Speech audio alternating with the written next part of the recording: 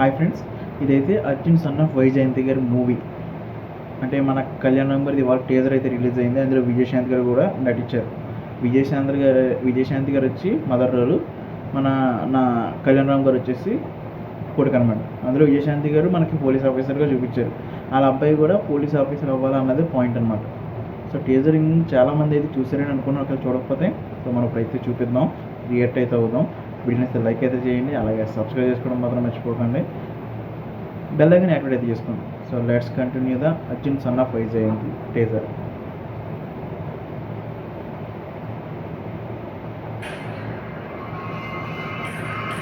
మనం రైట్గా విజయశాంతి గారితో ఓపెన్ చేశారు షార్ట్.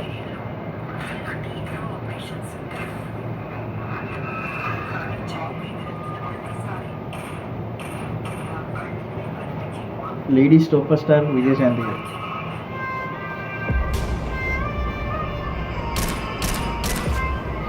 10 సంవత్సరాల నా కెరియర్లో ఇలాంటి ఎన్నో ఆపరేషన్స్, కానీ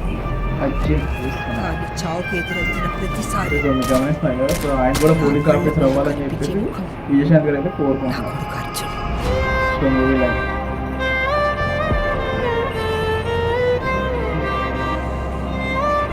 నెక్స్ట్ బర్త్డేకి నువ్వు నాకు ఇవ్వబోయే గిఫ్ట్ ఇది.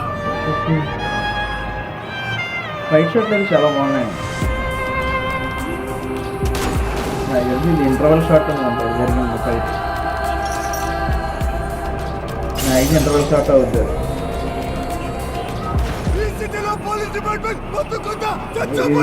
ఏదైతే వైట్ ఫైట్ అంటే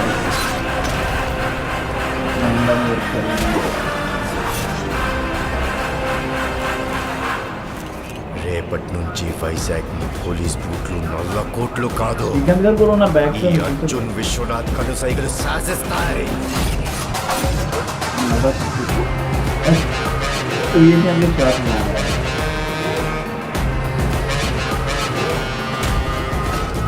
నేను డ్యూటీలో ఉన్నా లేకున్నా, చచ్చింది శత్రు అయినా చంపింది బంధు అయినా, నేరం జరిగితే వదిలిపెట్టే ప్రసక్తి లేదు.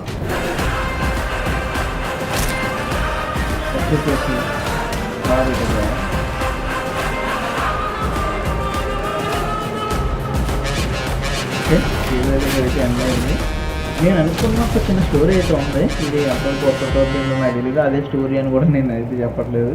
నాకు ఎలా అనిపించిందంటే వైజయంతి గారు senior police officer. So Ram గారిని చూసిన ఈ క్యారెక్టర్ చూస్తుంటే కొంచెం ఈయన ఏదైనా విలన్ క్యారెక్టర్ కింద రోల్ చేశారేమో అన్న ఫీల్లో ఉన్నాను నేను. మీకు అర్థమవుతుందా? అంటే ఇది జస్ట్ థియరీ అంతే, అది ఉంటుందని ఏం కాదు నేను చెప్పి నాకు అనిపించింది చెప్తున్నాను అంతే. మీరు అగ్రి అవ్వచ్చు, లేకపోతే లేదు. అలా కనుక స్టోరీ ఉండి ఒక సిచ్యువేషన్ కొత్తలోకి కళ్యాణ్ రామ్ గారు మారితే మనం టెంపర్ మూవీ చూసాం. మీకు అర్థమవుతుందా?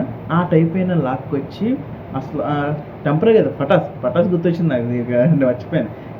సేమ్ ఆ టైప్ స్టోరీ లైన్ కానీ లాగుంటే ఇప్పుడు విజయశాంతి గారి కష్టం అసలు పోలీస్ ఆఫీసర్కి ఎలా ఉండాలి అనే టైప్ అయినా చూపిస్తే కనుక ఈయన పోనీ విలన్ షీల్డ్ కింద అయినా పెట్టారేమో అని.